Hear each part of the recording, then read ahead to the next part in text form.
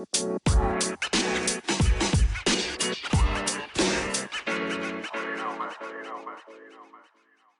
right, hello people. Back at it again today with the podcast D-Pod, a little different from our first episode's title, Product Defenestration. I'm here with DP at Greenwood. Want to say what's up, DP? Hello, everybody. We're back. Hello, we're back here with DP recording again in DP's house. We just had a Christmas party, our annual Make New U Chicago Christmas party. How do you think it went, DP? Well, I have the Santa Claus sitting right next to me, interviewing me right now. Still I gotta say, yeah, you're still dressed in the Santa Claus suit, actually.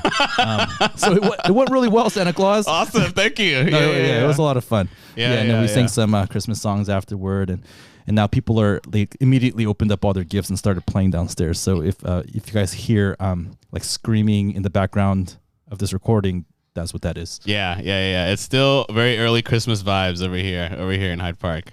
But yeah, I thought the last episode was pretty cool. Getting to talk a little bit about the podcast and kind of what your goals and intentions for it were. How was that experience like? Yeah, I thought it was good. I felt like the podcast has potential, and the early feedback we've gotten from our listeners is that we should keep going. So awesome. Here we are. Awesome, that's great. But yeah, kind of like last time you mentioned, we're going to talk about a variety of topics on here, things that you have opinions about or things that are passionate to you. I figure since it's called D-Pod, DP's podcast or David's podcast, it'll be good to get to know you actually and kind of who you are and what you do here in Hyde Park. Yeah. Sweet. So you mentioned last time that you're a pastor here at Grace Point, Hyde Park in Chicago. Would you say that's like your official job title? Okay, so I think I don't actually know what my official job title is. So at our church, my position, I'm called a full-time lead. Yeah, I'm a full-time lead. So that means I lead a ministry and I also work full-time for church. So that's what we mean by full-time lead. Okay. Yeah, like other churches would call that pastor. Mm-hmm. I refer to myself as the campus pastor of Grace Point, Chicago, Hyde Park. So that would, I guess that's I think on my official job thing, it says minister though. Yeah. So yeah. Cool. I don't know what my official job is. Yeah, that's true. Because when I think pastor, that's a more colloquial term, right? We hear across churches across America, but full-time lead is kind of different. Can you speak a little bit about like what that is like at our church? Yeah, like why do we call it that? Yeah, why do we call it that? Yeah, I think our roles are very functional in nature. So, like I said, like I'm called a full-time lead because that describes what I do. Like I'm currently leading a ministry. I do it on a full-time basis, and we differentiate that between. So we have like campus leads as well, and that's like that includes full-time leads. But there's a lot of people who are actually leading campus ministries at our church who are not full-time. They're what we call co-vocational ministers, and so they have a day job. They're working during the day, but in the evenings and in the weekends, what they're doing for church is they're leading a ministry. Wow! Right? So then they would be also a lead. But then they're not a full-time lead because they're not paid by church. They're paid by their secular employer. Yeah. Cool. So their personal jobs are helping to like finance and support the lives they need to lead to be able to do ministry. Exactly. Yeah. So we have a lot more leads than we do full-time leads. Cool. Yeah, that's really helpful.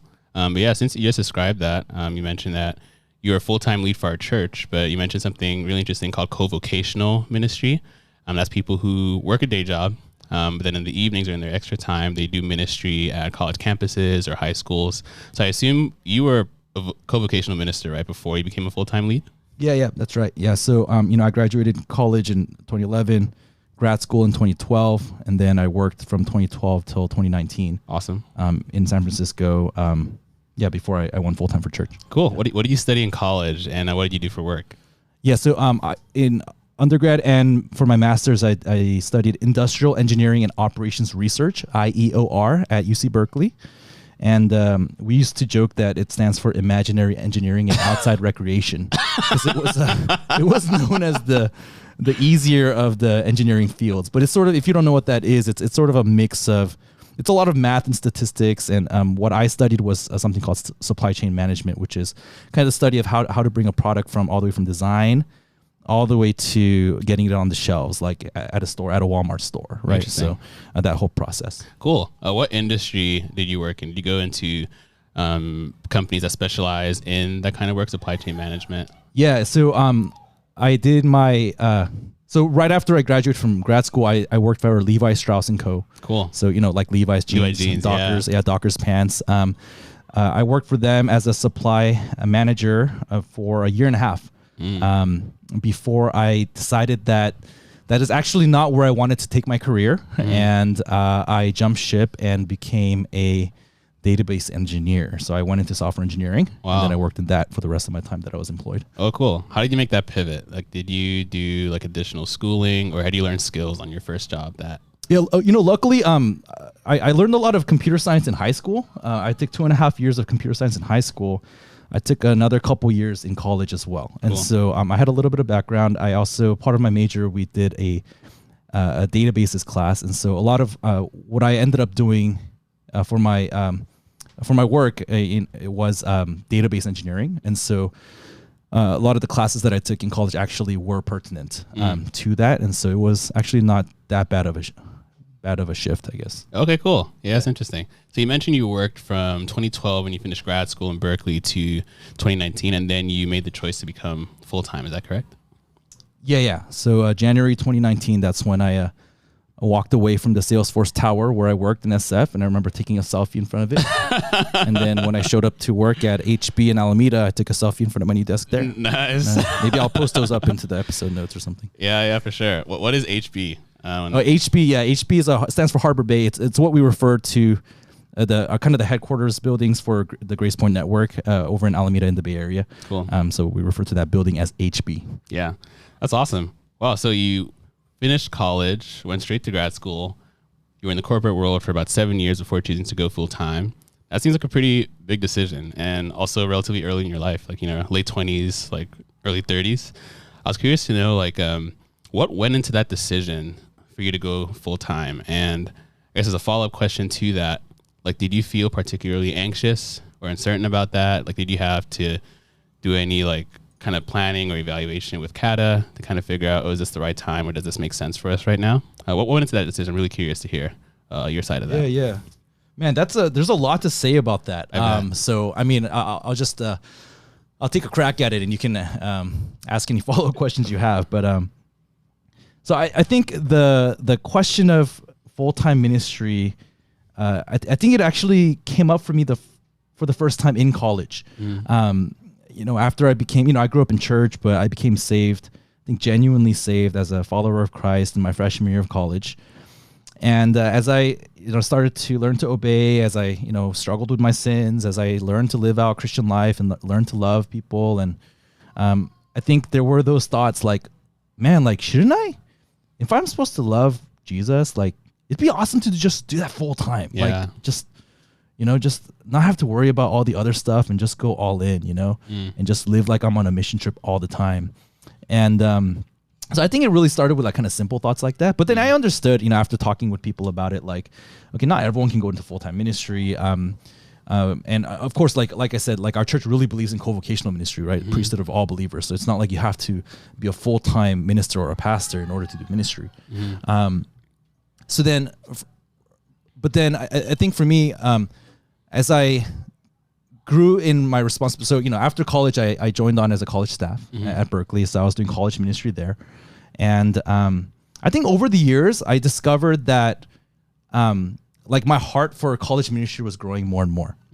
Right? This was not just some volunteering thing that I was doing a few hours a week, but like my genuine passion in life went from like being, stuff related to my career and things like that to the stuff of ministry.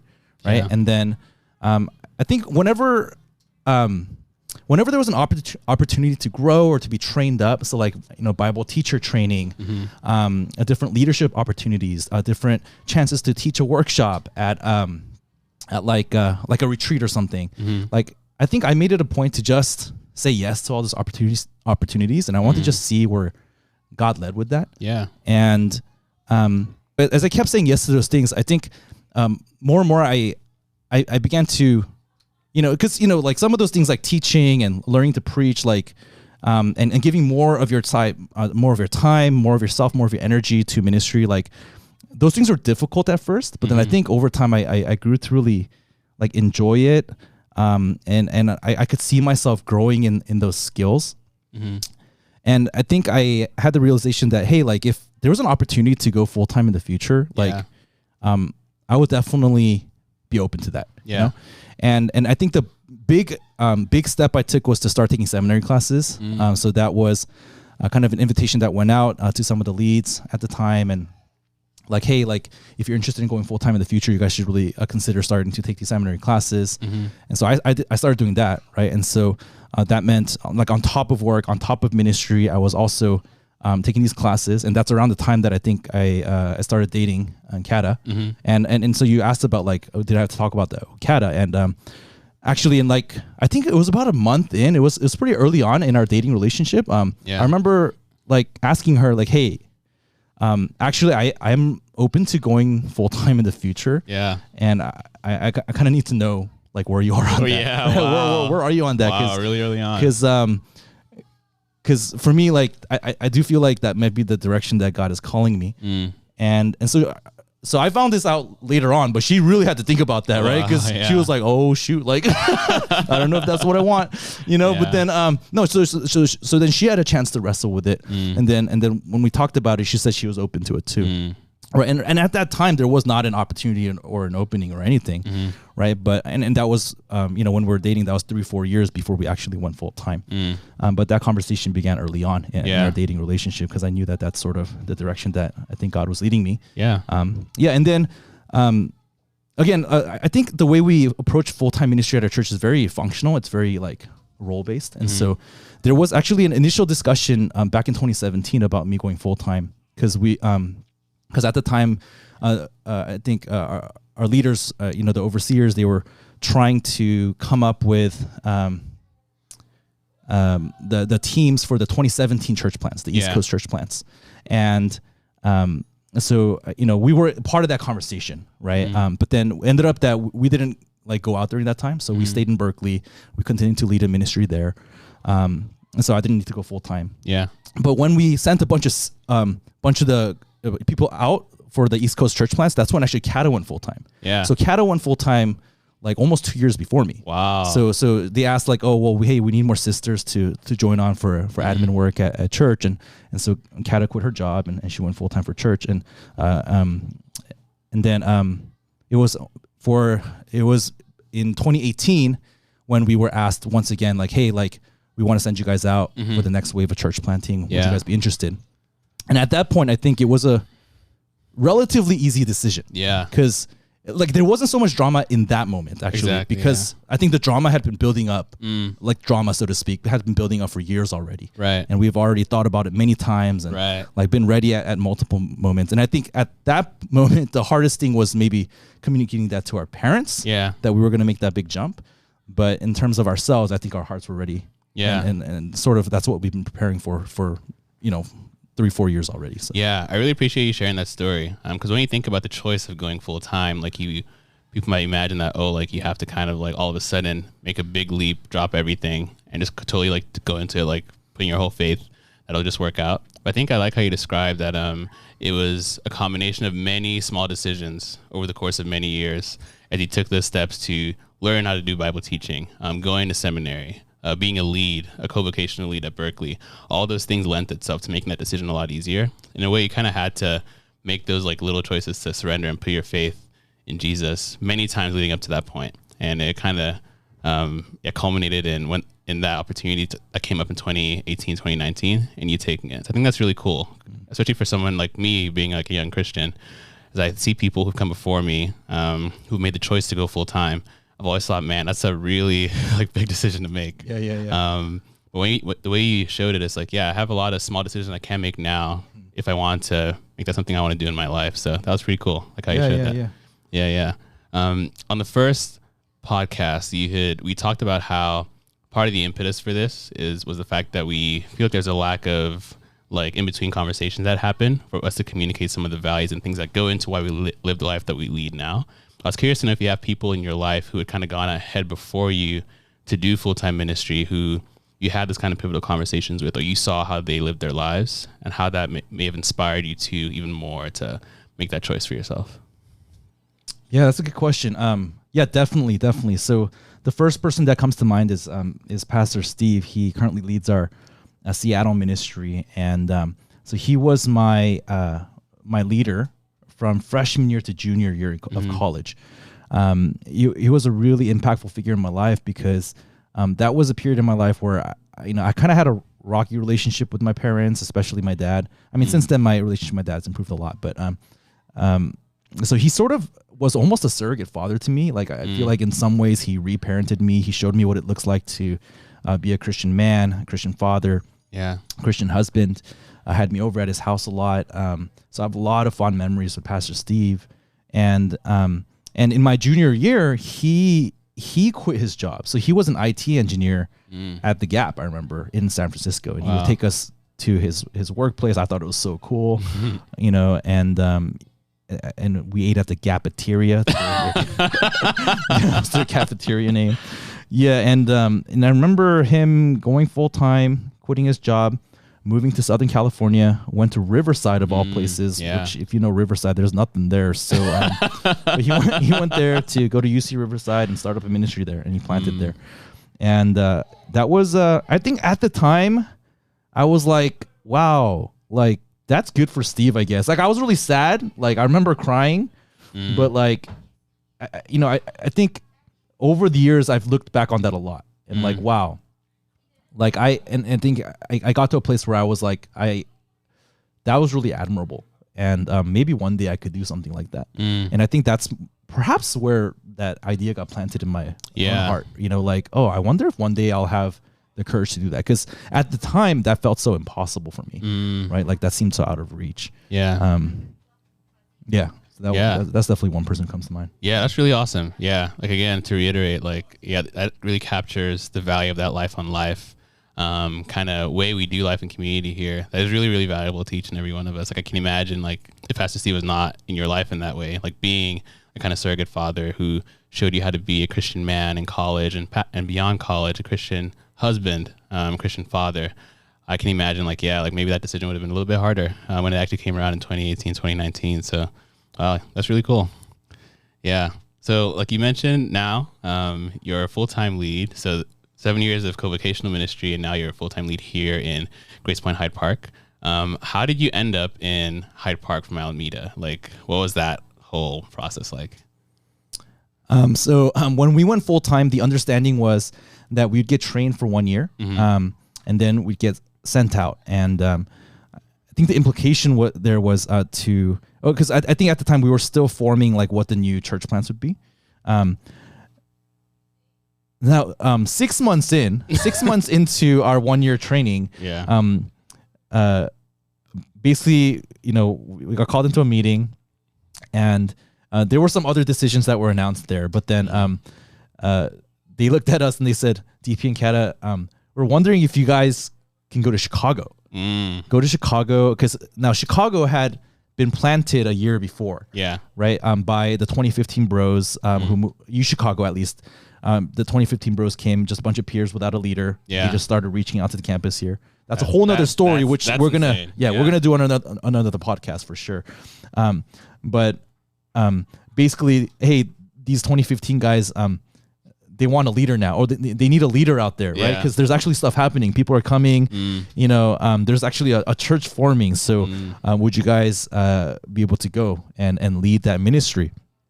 And I was like, where's Chicago? No, it wasn't that bad. I was kind of wrong though where I thought it was. I didn't realize it was right next to Lake Michigan. So it was a shock. It was a shock. Had a little bit of time to process it, but in the end, it wasn't that big of a drama to me because I went into this not having a city in mind necessarily, but just wanting to go wherever kind of our church network needed us to go to fill in the need. And I think God knew what He was doing. I'm so thankful that He brought us to Chicago, and the kind of experience that we've had in the past 3 years here, I wouldn't trade it for anything. Just working with the staff here, going through COVID together, just the ups and downs of ministry together, and then the students that we've been able to meet and intersect with, the salvation decisions that we've experienced. And so for me personally, it wasn't like Chicago was the place I was going to go plant. That wasn't such a big deal to me. It was sort of I want to be available to lead in whatever capacity the church needs me to lead. Yeah. And the way that the situation, the circumstances worked out, it seems like God called me to Chicago. Yeah. And since then, I think I've learned to embrace the city. Yeah. That's really sweet. Yeah. Like making your primary impetus for doing this a burden for the people who needed to be loved here as the church was forming. I remember 2019, because that's actually the same year I moved out. Oh, here in yeah, Chicago. that's right. Yeah. You just graduated from LA and then moved out here. Just graduated from UCLA, moved to Northwestern. And you, Kata, had just moved here, and Emma was with you guys then too. How old was she? She had just turned 1, I believe. She was 13 months. Wow, that's incredible. Wow. And Lucas wasn't an idea yet. Okay, wasn't an idea. Cool. People kind of listen to that and think, oh, wow, you guys like packed up and moved from Alameda and relatively quick turnaround, like with a 1-year-old. Like that sounds crazy, but with what you already described, with all those small decisions over time, I can imagine it wasn't that much of a drama when you finally made that choice, right? Yeah. I don't think it was a drama to make the choice, but I think it was definitely still stressful at the time. Yeah. But when I look back on it now, it's sort of like, it wasn't that big of a deal. Yeah. I think during the time, I think we were feeling kind of stressed out a little bit. Yeah. But we had a lot of help, though. It's not like we did it ourselves. Everything from packing. I remember class of 2019 in Berkeley that we were ministering to, they all came over, helped us pack. Oh, 2019, that's your peers. Yeah. And they helped us pack, get everything into the pod. And then, when we came out here, like Ray and Shin, who led the NU ministry, the Northwestern ministry at the time, they had already like found housing for us. They had looked into daycares for us. Wow.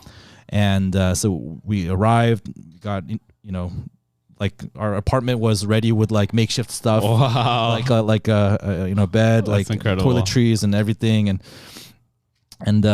we came, and I don't know, there were so many people that helped along the way, so it didn't feel as crazy as heroic as it sounds like, just us doing it by ourselves. It wasn't like that in reality. So, yeah, that's awesome that you painted that picture. Like what you just described is pretty insane, like to think that people would take time aside from their own like personal lives to help you guys pack. Like I can imagine too, like having started a family and having a child, like there's a lot you guys have to move from Alameda. People giving up their time and bandwidth to do that, and also to prepare a place for you here in Chicago. Like, man, that's incredible. Like it's pretty awesome to see that picture of the church like coming to life. Like church, that's one thing we're probably going to go over in another podcast too, but church not being like, the building that you go to, but the people who you rub lives with on a day-to-day basis, and treating each other like more than family. I think that picture really shows that.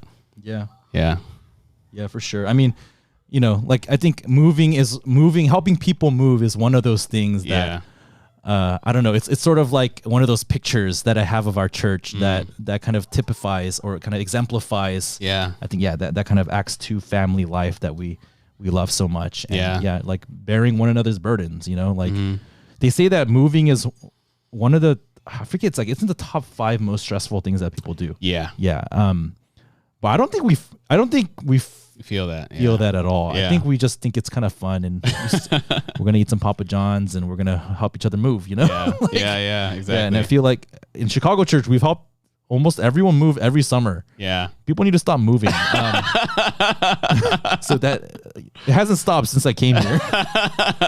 This is my first summer not moving. Wow. Or like this past summer was my first summer not moving since I came to Chicago. So yeah. That's incredible. Actually, I think it's actually a pretty funny story. Some funny stories, I guess, why you guys moved so like regularly. Like, do you have any funny stories about that? Like why you guys moved apartments or? Oh gosh, I don't know if it's funny, but well, the first apartment we lived in Shoreland Apartments, which is like, it's a little bit farther from campus. It's right on Lake Michigan. So that was nice as our kind of, apartment building, multiple staff, like Leishan and Stella, another staff couple lived there. Single sisters lived there as well. So that was really nice and happy, but we wanted to move closer to campus. So Kata and I, we found this good deal near campus, right next to South Dorm. But then it was a basement unit. And that basement unit, that summer after we moved in, when there were major rains, it flooded 3 times. And it was not water. It was from something else. If you know what I mean. Yes. You know what I mean. We'll leave it at that. Yeah, we'll leave it at that. So at that point, like we couldn't stay there. So Right. we talked to the owner and able to break lease, but God answered our prayers, provided us kind of a bigger townhome that we could move into on the south side. Yeah. Right beside campus. Yeah, well, before this one, there was another one, Kimbark, right. on the south side, and in the Woodlawn neighborhood. So we were there for a year, and then after that, we were able to move to Greenwood, where we are now, which is like half a block from campus. Yeah. So this is super ideal. Yeah, it's incredible. The proximity makes a huge difference. Yeah. Because, like, for example, we just mentioned having the Christmas party, like here in you guys' home. Like, I can imagine if you lived at Shoreland still, or that'd be hard. It'd be really hard for people to come over. Yeah, I mean, people can't nowadays. Like students can just walk over, come over to the house whenever they want.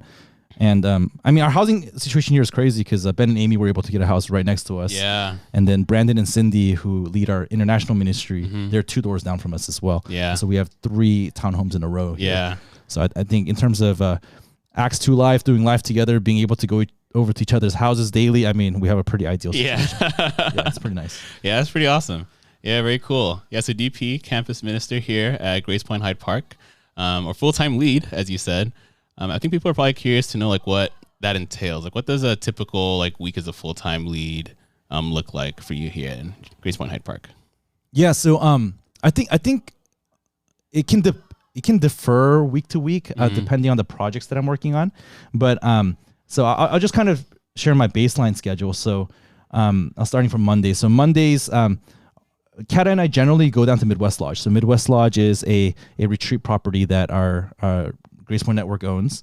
And so we, as well as Kevin and Emily, who lead our Northwestern ministry, we manage that property. So we go down there, but we start first with something we call weekly reflection. So it's a chance for us to just sit down for 2 to 3 hours, kind of think about things we're grateful for, think about the word of God that we took in this past week, write some reflection on it, kind of try to consolidate what we're experiencing both in our personal lives as well as in our ministries.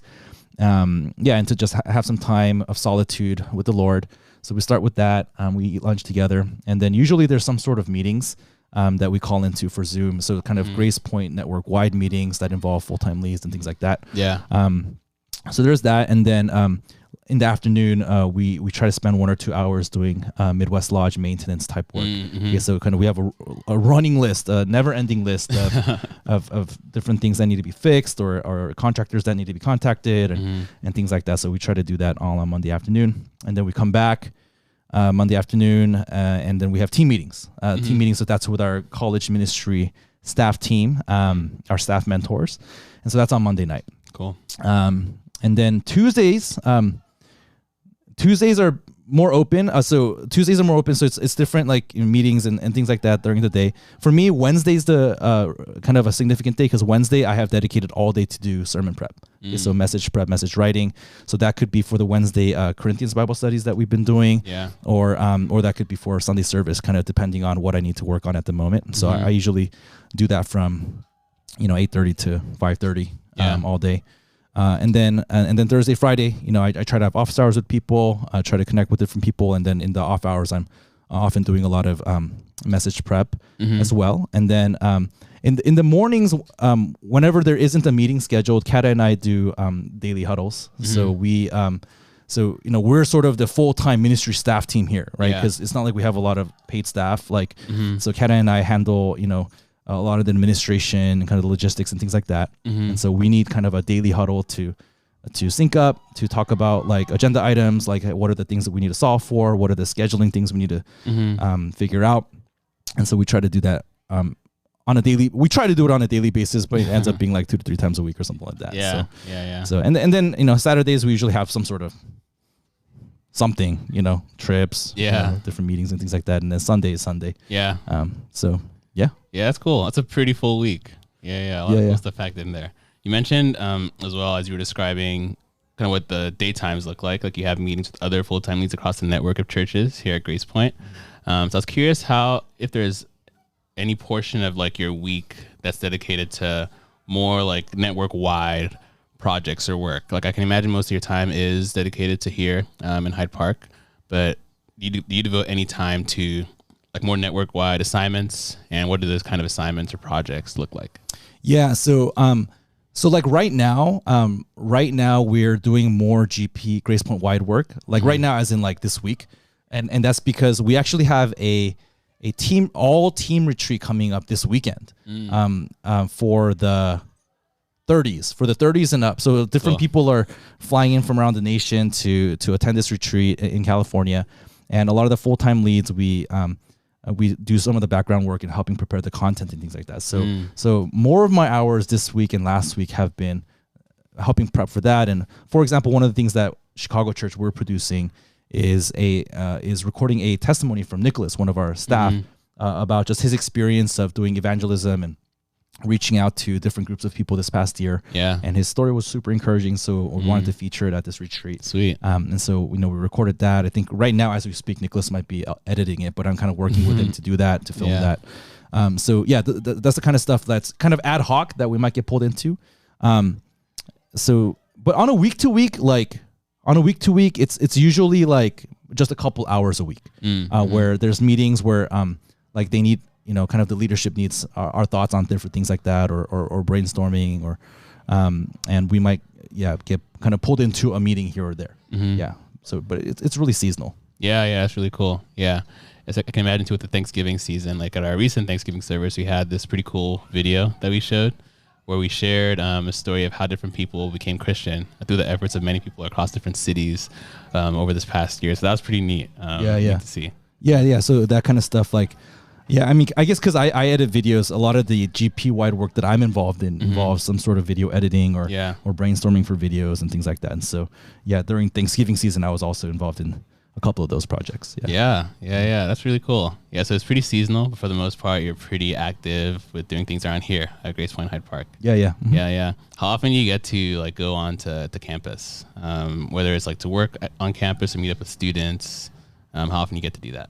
So I try to combine my Wednesday sermon prep time with going on campus. So I usually go to the Regenstein Library on campus. Nice. I hide in one of the cubicles. Maybe I shouldn't give away which floor I'm going to be on, because maybe people are going to try to find me. Yeah. But, generally either on the third or fourth floor. Nice. And then I try to get on campus or things like that. And then office hours generally are on Thursdays and Fridays. So that's where I meet with students who want to talk about different things, and that's usually on campus and things like that. And whenever our staff are having some sort of outreach effort, like Kata and I, like sometimes we have to take turns watching the kids in the evenings. So, but one of us will try to go and at least join for some of the outreach and things like that as well, so that we can be on campus as well. So yeah, that's really cool.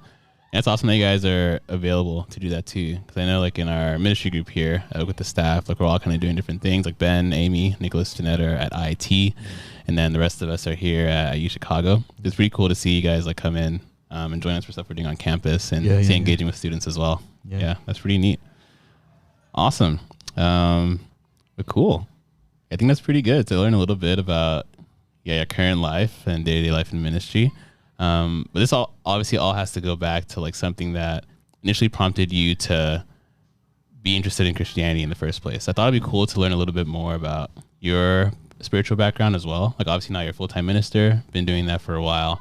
But it'll be interesting to learn a bit about what you were like before coming to college. Because you mentioned that you became Christian in college, right? So what were you like? Before college or before college? Before college. Okay.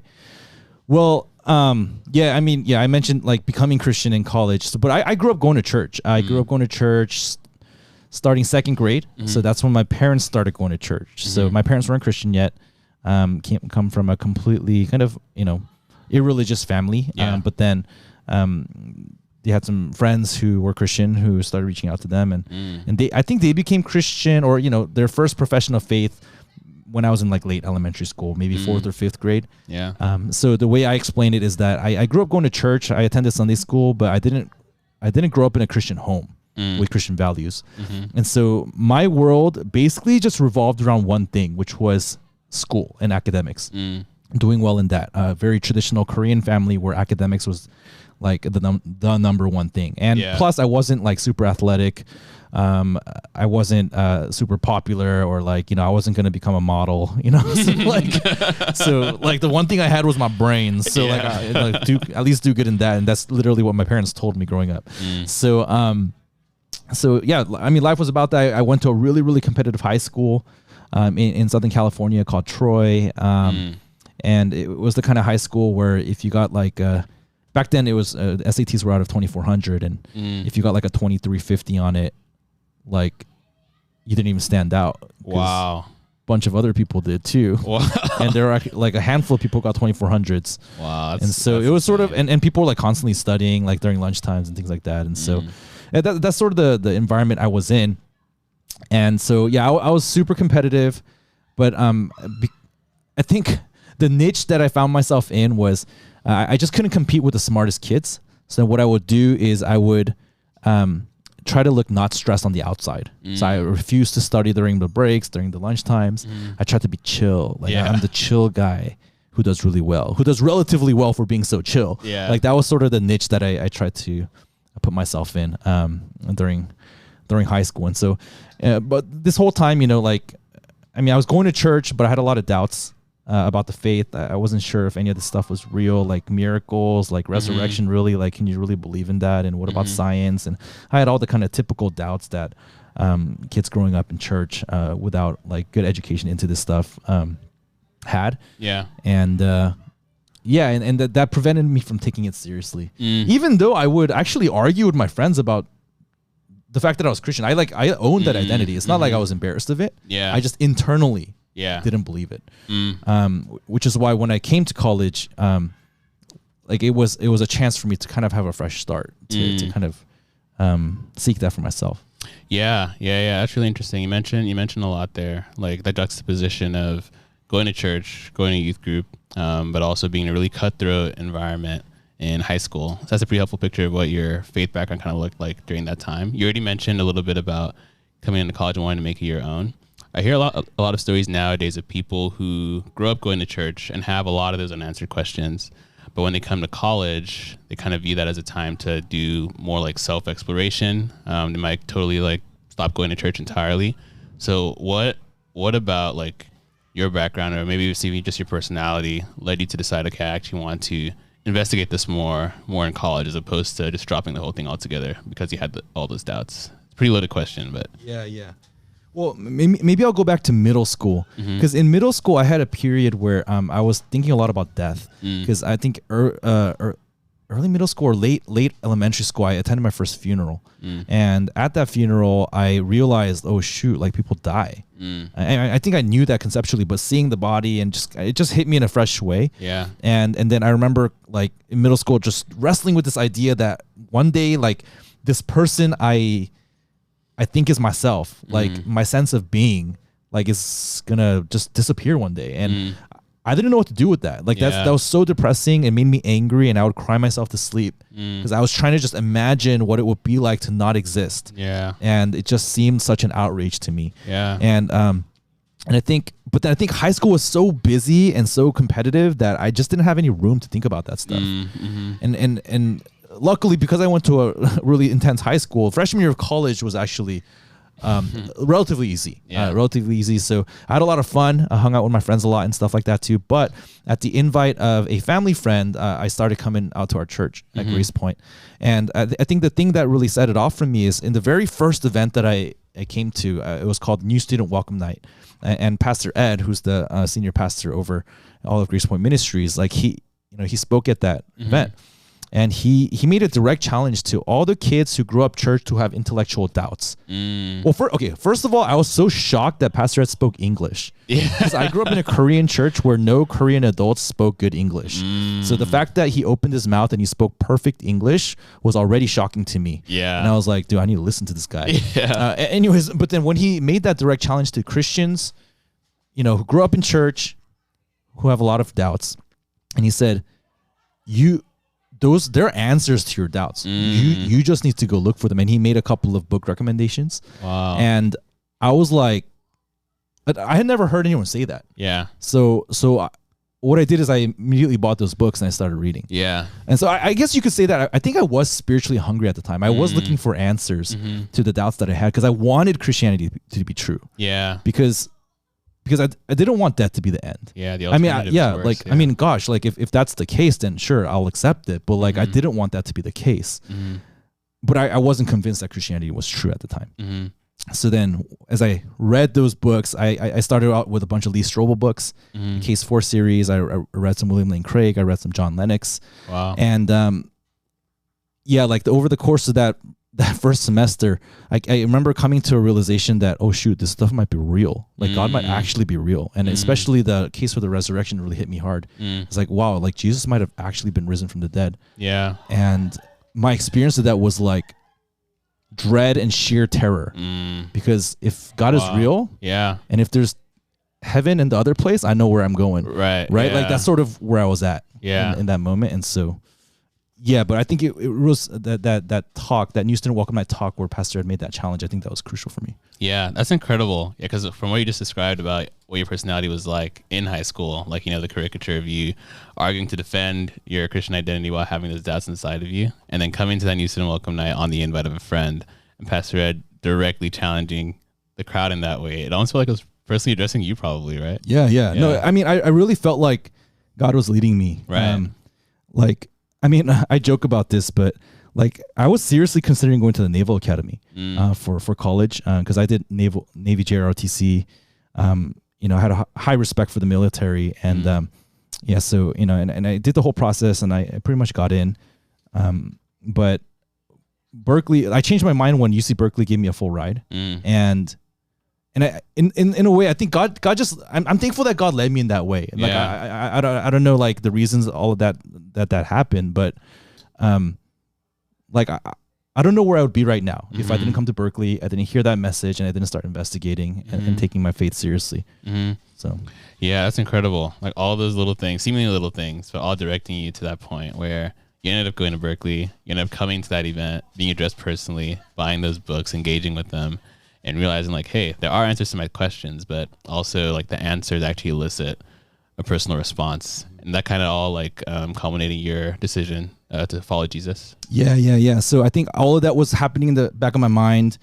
I was doing all this stuff in the privacy of my dorm room, and like, I don't think my leaders at church knew about this. Like I wasn't really talking about it with people. But I remember coming to winter retreat of my freshman year, and hearing a very clear message from Pastor Ed once again, where he explained what it means to be a Christian. Yeah, that Christian life is like Christian life. It's the little pie chart. I don't know if you've ever seen that. The pie chart where like you draw these different pieces of the pie and you put religion as one slice of the pie, and that's how a lot of Christians approach Christian life. Yeah, but that's the wrong picture. That's not what it means to be a Christian. What it means to be a Christian is to put Christ at the center over all areas of those lives, and allow Christ to speak into every single area and give him full lordship, make him a Lord, let him have the final say of every aspect of your life. That's really helpful. That like, and basically like, and if you haven't done that, you're not a Christian. And that hit me. I'm like, that's me, man. Like church Christianity is just one slice of my life. And like Christ didn't speak into any other area of my life. I just did whatever I wanted. Yeah. And I realized, oh man, I had never made Jesus my Savior and Lord. Yeah. And I think that was the first time where I said, I think I need to do this, and I made that decision. And then since then, it's all been being worked out, like it's not like I immediately changed in every area of my life, but like to come to that decision and say, okay, well, I think the right thing to do here is to surrender my life to Jesus. And so that's what happened at my winter retreat. Yeah. And was that your freshman year? Or freshman year. Okay. Freshman year. Freshman year. Wow. That's an incredible story. Yeah. Like that, all those things like between high school and college culminated in after just one semester, like making that choice to go to the winter retreat, read those books, and personally respond to the gospel all over the span of a few months. And then you had like obviously the rest of college for you as well. So what did it feel like initially post decision? And then how did you continue to like grow in your faith in college? Yeah. So the rest of that freshman year was really rough, actually. Yeah, I can imagine. It was rough because now that I made that decision to take Christ's lordship seriously, there were all sorts of things about how I lived that were not consistent. Let's say it was not consistent with my faith. Yeah. And interestingly enough, that spring semester at Berkeley for our I was part of a fellowship called Acts 2 Fellowship, and on Friday nights, Pastor Will, who led Acts 2 Fellowship at the time, like he was going through a 10 Commandments series. Basically, the entire semester on Friday nights, we were talking about what is sin. He went through each commandment and kind of really expounded on it and kind of gave context for it and brought in the New Testament to kind of fill out what did God mean by these commandments. And so every week, I just remember like coming back from those Bible studies just wrecked because I just felt so convicted that I was a sinner, right? Like, basically every message I'm like, I'm just like that. I have no other gods before me. I have so many gods before God, you know, like, and then at the time, you know, the big thing I was struggling with actually was a relationship that I was in. And, you know, relationship where, you know, it wasn't a godly relationship at the time. So, I think that was the big thing that God was wrestling with me about. And so okay, if I'm Lord of your life now, what are you gonna do about this? Right. And so that was a several month struggle of taking God's word, not liking what I was hearing, but knowing that I was wrong and yet not wanting to do anything about it. A lot of I don't know. I want to be able to say I just heard the message and I repented and it was that clean, but it wasn't. It was a long struggle, and but I think that was a very crucial struggle for me. Because you know, during the summer I made some decisions to you know, end that relationship. It was mutual, but end that relationship and I think that's when I discovered this kind of freedom of like, oh man, like this is what I should have done all along. You know, like it took me so long, but like, I finally obeyed. I repented. I said sorry to God, and I made that. You know, we talk about how repentance, right? It's metanoia. It's that U-turn, the changing of the mind, and I actually changed my mind about this. And I decided to follow God in this area of my life and strive for purity. And I think that was a really crucial first step after becoming a Christian. And that struggle kind of informed me for all future struggles as well, to know that ultimately what God says is best. Even if I don't agree, what it looks like to be a Christian is to say, God, in the end, you win. So you know, it's painful even thinking back on it now, but I'm thankful for that period because I think it really taught me some valuable lessons about what it means to be a Christian. That's really good. That's really good to kind of get that picture to understand, like, how you can go from who you were before, making that decision to become Christian, to where you are now. And kind of similar to the small steps idea that we talked about earlier. It's like those small steps of surrendering your life to God, like the steps of repentance. Because Philippians 1:6 says, I'm sure this, like, he who began a good work and you will bring it to completion at the day of Christ Jesus. And I think, the way that really works out in day-to-day life as a Christian is in taking those opportunities to repent, like those areas of our lives where we haven't fully surrendered that thing to God, whether it's romance or idolatry of money or comfort or whatever it is. That's helpful to see how, like, that's one choice that you made that kind of helped to begin that transforming process in you, in your heart. And when I tell, you know, there's a testimony that I gave a couple years ago about us going full time, and that testimony, it begins with that decision, you know, to honor God in the area of purity. And I think you're right. That is where it began, right? It's not like you become, you know, this godly person overnight, right? Like it's 100 of these kinds of little steps you have to take, and we say little, but each time it might feel like death. Because that's what you're doing. You're dying to yourself, and you're allowing Christ to live instead, right? That's incredible. I guess from there on, like, I can imagine there are many more choices too from there. Like, I can imagine it, like, for example, like the friends that you had, like, prior to becoming Christian, like what ended up happening with that dynamic, like your old friends, and then, like, how did you, like, from then on get more plugged in with, like, church community, and what was that like for you? So in college I had like 3 pretty distinct groups of friends. So I had we had about 25 of us from high school who came to Berkeley together. Yeah, from Troy. So a good chunk of those people, we were really close friends in high school, so we would hang out a lot. And then I had my IEOR friends, like my people in my major, and small majors, so everyone knew each other and did projects together. So there was that group of friends, and my church friends. And definitely before I became Christian, I think my main reference group was my high school friends. But then I think what started to happen after I became Christian is I started to realize that I needed Christian brothers to walk this with, because as much as I loved my high school friends, like if I was trying to obey Christ, if I was trying to struggle against my sins, if I was trying to live out a life of love, like I needed to do that in the context of other Christian brothers. And so then I think over time I invested more and more time and energy into my Christian brothers and sisters. Yeah. And I mean, that didn't mean that I stopped hanging out with my other friends. I did, but I started to also over time, right? This didn't happen instantly, but over time I started to view them differently. Yeah. Right. Not just as people I had fun with, or or just went to like SF to hang out with or something like that. But I started to develop what I would call, I guess, a burden for them, right? Because I recognized a lot of them weren't saved, and so. And maybe that's a topic for a whole nother podcast about just like how do we share our faith with our friends? Yeah, but it's huge.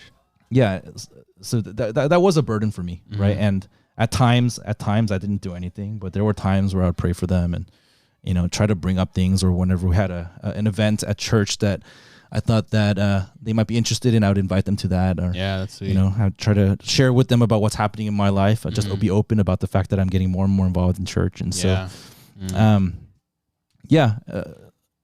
now I'm forgetting what the original question was, but I'm just talking about my different friend groups right now. But yeah, that's what comes to mind. Yeah, no, that is helpful. Yeah, and I can imagine too, like, because you knew these people for so long, like that's probably like was initially your like main reference group, your friends from high school and the people you're seeing every day in your classes. So I can imagine with that, given the fact that more of your time had been allocated to like that group of friends, like what was it like? And this is also like a topic for another podcast, but what was it like for you, like trying to cultivate like those relationships with people in church? Like, 'cause like you mentioned, like as Christians, we believe that we serve the same Lord, and we know that He's doing a work in us to make us more like Himself. And so as a result, it's hard to do that on our own. But with people who you probably didn't have as much background in, or maybe even similar interests, like what was that like getting close? I think Toph's laughing because he saw my face. Let's just say it was hard. Yeah, it was hard because my small group was really the guys were really different from me. So on the Myers-Briggs, I'm a T, like I'm a thinker versus a feeler. Everyone in my small group was a F. Wow. Were feelers, and then I'm a J. Judging. Like I like to plan things ahead. I like to kind of know what's happening and things like that. And all of them were P's. All of them were like spontaneous perceivers, right? And so like, so it's fun, man. No. It was So it was out of actually just. It started as just a sheer commitment, because. I heard the Bible studies, I heard the messages on the body of Christ and the need to love one another, to speak the truth to one another, to bear one another's burdens. I knew it. Like I've gone to church long enough. I know what the Bible teaches about this. Yeah. So it was a matter of actually just living it out, and it helped a lot that we had leaders and spiritual mentors. I think that's crucial. That's huge. Because they gathered us, right? They gathered us to do devotions. They would bring us over to their place. And in the context of having that older mentor there, like we learned to draw together as we drew close to Christ. But yeah, it's just a lot of hard work because it was a lot of fun too, right? Yeah. But like, the times where you get really close are like, the difficult conversations, right. or kind of where you get a little vulnerable, right? Like I remember those like sweet kind of small group times where, someone shared something kind of vulnerable and then you're met with the group that prays for you, and then someone else shares something on top of that. And then it just kind of opens up the floodgates, and people are kind of sharing their heart. And, you see an aspect of each other that you never had seen before. Right. And it's sort of like, oh, I didn't know we were allowed to talk about this kind of stuff, right? Yeah. And after that, it became easier. Yeah. And then as you get closer, like, you know, in my junior year, like a bunch of us lived together in an apartment, and man, like, as we saw each other more, then we start to get on each other's nerves too, right? Like, you know, as you get closer, it's sort of like we use that imagery of porcupines trying to get close, and you like poke each other, right? So like, you end up getting annoyed, or like, oh, like, hey, how come you don't like clean up your socks? Like, hey, how come you keep snoozing your alarm? Like, you know, like different things come up, and you have to talk about it, right? Because you don't want to get cold towards each other, because we're just Christian brothers, and so then the only option is to talk about it and to work it out.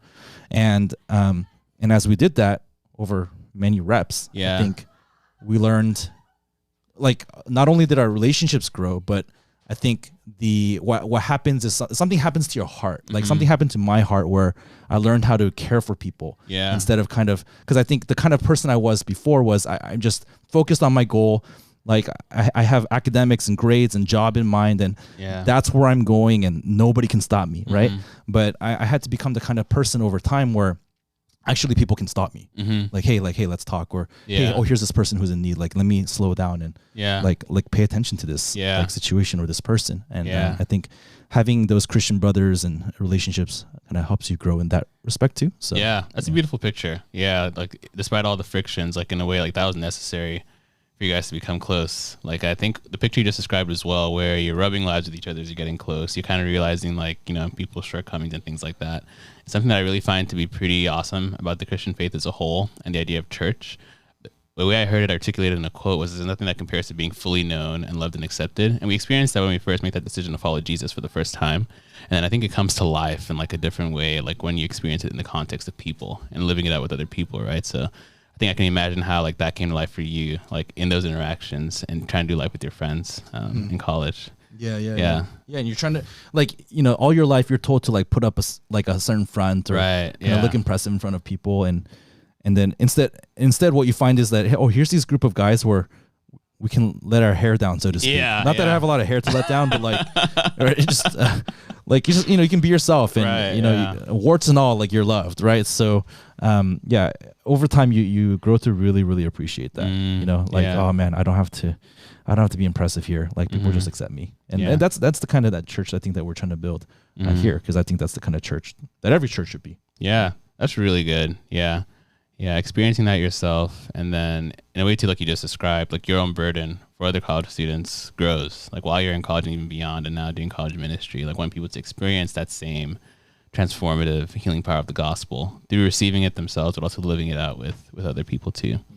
Yeah, that's pretty sweet. I can kind of see how like doing that over the course of the next few years in college, like you guys probably began to get really like aligned on what you wanted your lives to be about as you worked it out, relationing with each other, trying to be more like Jesus. But also I can imagine too, like growing your identity as a minister. That's another topic too, but I can imagine like making the choice to eventually become a full-time minister. You must have started to develop some kind of love or care for ministry. I was curious to know if that happened in college and how that started with you and your friends.